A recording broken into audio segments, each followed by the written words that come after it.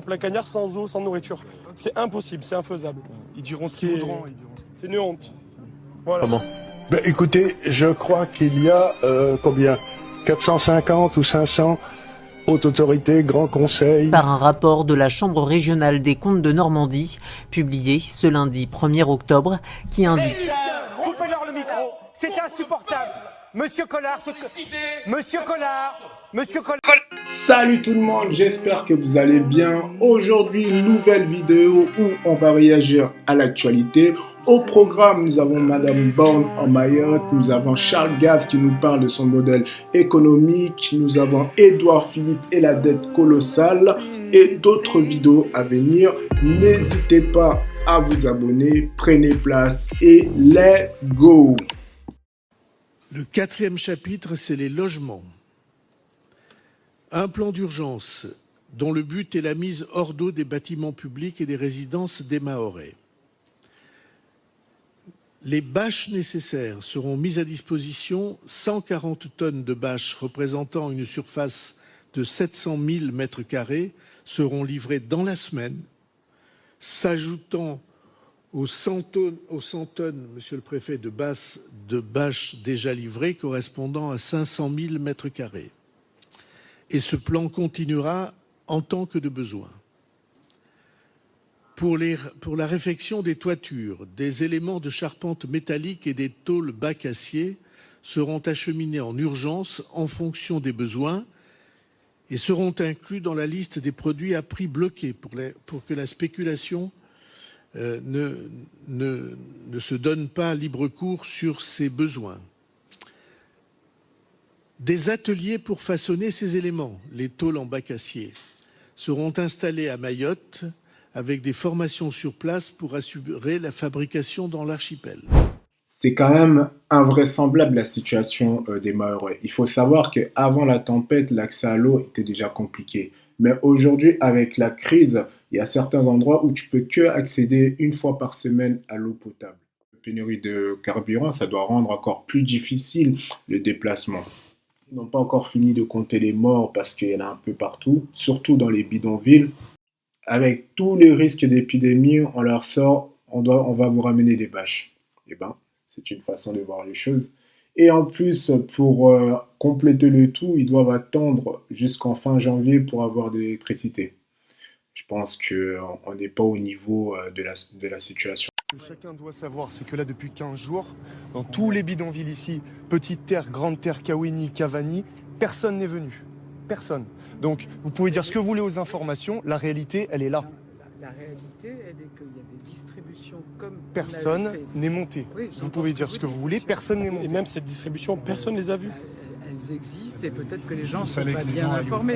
Mais attendez, que les gens aillent au point relais, il faut aller... Alors les gens du lycée des Lumières doivent aller au point relais, c'est la mairie de Mamoudzou, c'est 5 km à pied en plein cagnard, 5 km retour, c'est 10 km en plein cagnard sans eau, sans nourriture. C'est impossible, c'est infaisable. Ils diront ce qu'ils voudront. C'est une honte. Voilà.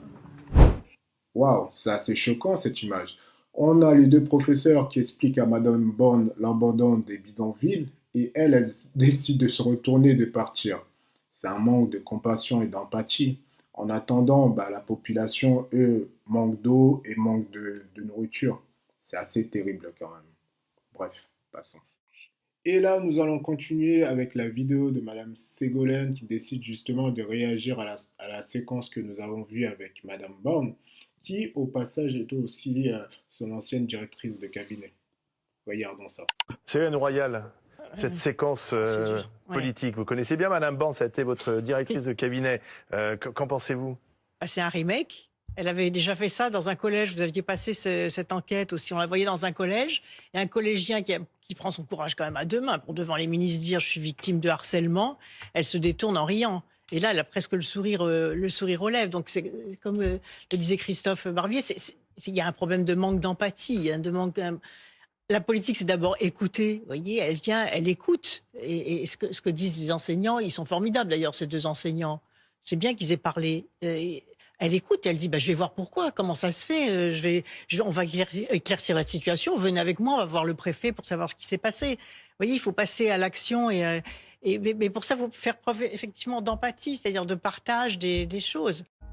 C'est un document dont Édouard Philippe se serait bien passé. Ce n'est pas le Premier ministre, mais l'ancien maire du Havre, qui est visé par un rapport de la Chambre régionale des comptes de Normandie, publié ce lundi 1er octobre, qui indique que la capacité de désendettement de la ville du Havre s'est nettement dégradée pendant le mandat d'Édouard Philippe. L'encours de dette du budget principal aurait progressé de plus de 15% pour dépasser les 268 millions d'euros fin 2017. La ville s'est placée dans une trajectoire défavorable. Le nombre d'années qu'il faudrait pour rembourser la dette passe de moins de 7 ans en 2011, ce qui était optimal, à plus de 11 ans en 2017, ce qui rapproche la ville du seuil d'alerte, écrivent dans le rapport relayé par le Huffington Post les magistrats qui estiment que la légalité de certaines subventions destinées à abonder les services publics industriels et commerciaux est discutable.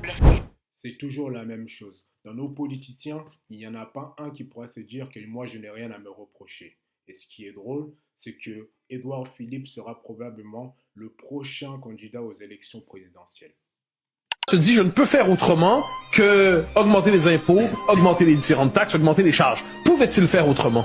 Ben, écoutez, je crois qu'il y a 450 ou 500 hautes autorités, grands conseils qui servent à rien. Donc il y a des voitures de fonction, on a mis tous les recalés de la République et tout, on peut les supprimer tous ces trucs-là, ça sert à rien. Il y a tellement de trucs qu'on peut supprimer. Regardez ce qu'a fait Milei.